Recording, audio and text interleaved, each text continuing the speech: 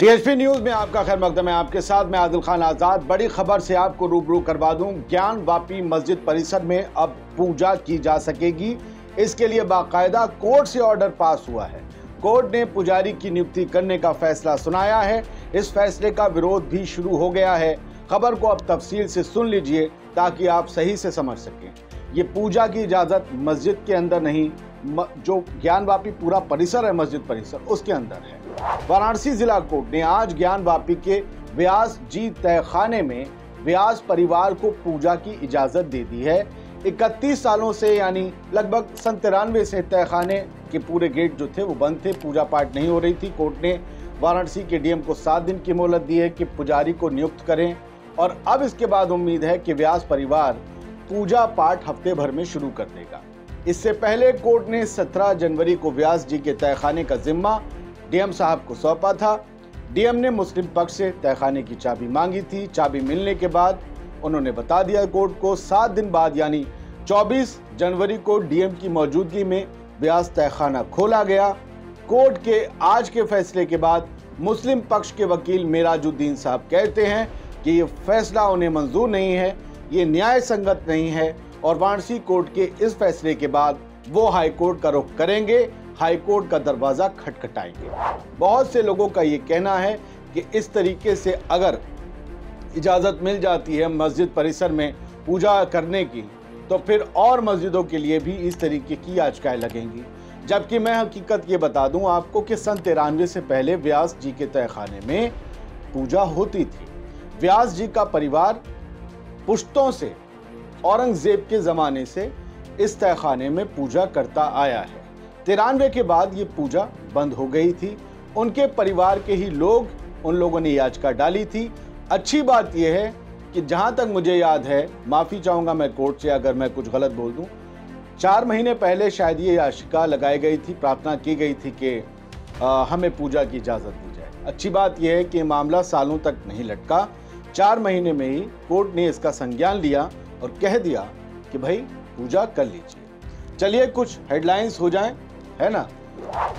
ज्ञान वापी में पूजा की इजाजत पर बोले गिरिराज सिंह, अभी 2 ही तहखाने खुले, 8 खुलने बाकी। देखिए 2 ही खुले हैं, 8 खुलने बाकी हैं। और उन्होंने ये कहा है कि जो है वो हिंदू पक्ष को जो पूजा की इजाजत मिली है ये एक बहुत बड़ी जीत है और उन्होंने बयान भी दिया है। चलिए दूसरी हेडलाइन ये एबीपी की थी और एक टीवी 9 की आप पढ़ लें कि कब बंद हुई थी व्यास तहखाने में पूजा, क्या है पूरा विवाद। ये हमने आपको बताया कि तब की राज्य सरकार ने तहखाने में पूजा पाठ बंद करने के आदेश 1993 में दिए थे। कुछ दोनों पक्षों में कुछ मसला था शायद, जो भी था, उसके बाद ये अब खोलने की इजाज़त दी गई है। आज तक की हेडलाइन कहती है ज्ञान वापी परिसर में 30 साल बाद मिला पूजा का अधिकार, मुस्लिम पक्ष बोला फैसले को देंगे चुनौती। और जो ललन टॉप की हेडलाइन है वो कहती है ज्ञान वापी केस में बड़ा फैसला, हिंदू पक्ष को मिला व्यास तहखाने में पूजा का अधिकार। वाकई अपने आप में एक बड़ा फैसला है, वरना आप सोचिए पूजा की इजाज़त देना कोर्ट की तरफ से किसी तहखाने में या मंदिर में कोई बड़ी बात थोड़ी नहीं है। बड़ी बात यह है कि एक मामला बहुत विवादित है। ये ज्ञान वापी मस्जिद का मामला है जिसमें फुव्वारा होने या शिवलिंग होने के बहस पिछले साल चल चुकी है, उसी का है मामला। कोई कह रहा है कि हमें मंदिर चाहिए, कोई कह रहा है कि मस्जिद है, मस्जिद रहनी चाहिए।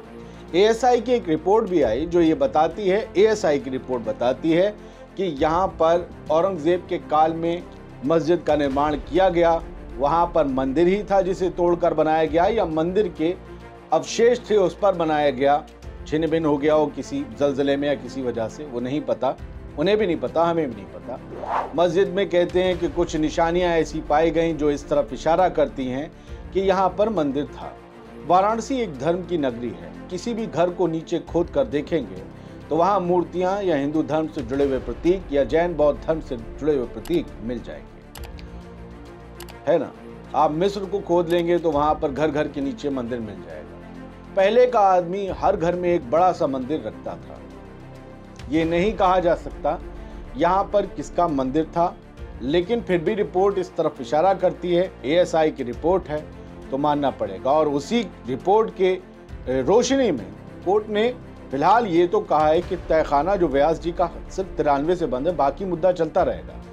उस तहखाने में पूजा का अधिकार मिलना चाहिए, मांगा गया था, और पूजा के लिए एक पुजारी नियुक्त करना चाहिए। चूंकि कोर्ट का मामला जब आ जाता है तो बड़ा संभल कर बोलना पड़ता है, क्योंकि अदालत की बात को आप अपनी तरीके से मोड़ नहीं सकते, लिहाजा हम भी मोड़ने की कोई कोशिश कभी नहीं करेंगे। वैसे भी हम आम लोगों की बातें मोड़ने की कोशिश नहीं करते। हाँ, इससे एक चीज़ ज़रूर ये हो जाएगी कि कोर्ट के ऊपर बर्डन ये पड़ जाएगा कि भविष्य में इस तरीके के दावे कुछ और मस्जिदों को लेकर आ सकते हैं। ज़रूरी नहीं है कि वो वाराणसी की ही कोर्ट होगी, भारत के किसी भी शहर, किसी भी कस्बे की कोर्ट हो सकती है या कोर्ट्स हो सकते हैं, क्योंकि ऐसे मामले अब बहुतायत देखने को मिलेंगे। हर किसी को अपने आप को चर्चा में भी लाना है, हर किसी को ये भी दिखना है कि वो धर्म का कितना बड़ा अलंबरदार है। कुछ लोग धार्मिक होते हैं हर तरफ और बाकी लोग धर्म की बात करते हैं, लेकिन जो ज्ञानवापी मामले में हो रहा है ये अपने आप में एक अलग तरीके की शुरुआत तो ज़रूर है। अगर एक चीज़ बंद थी उसे खोला जा रहा है तो जाहिर सी बात है और भी जगह जो बंद हैं वो मंदिर या तहखाने या मस्जिद वो खुल सकते हैं, क्योंकि लोग अब इसी के रोशनी में अदालत से दूसरी बातों में भी फैसले मांगेंगे।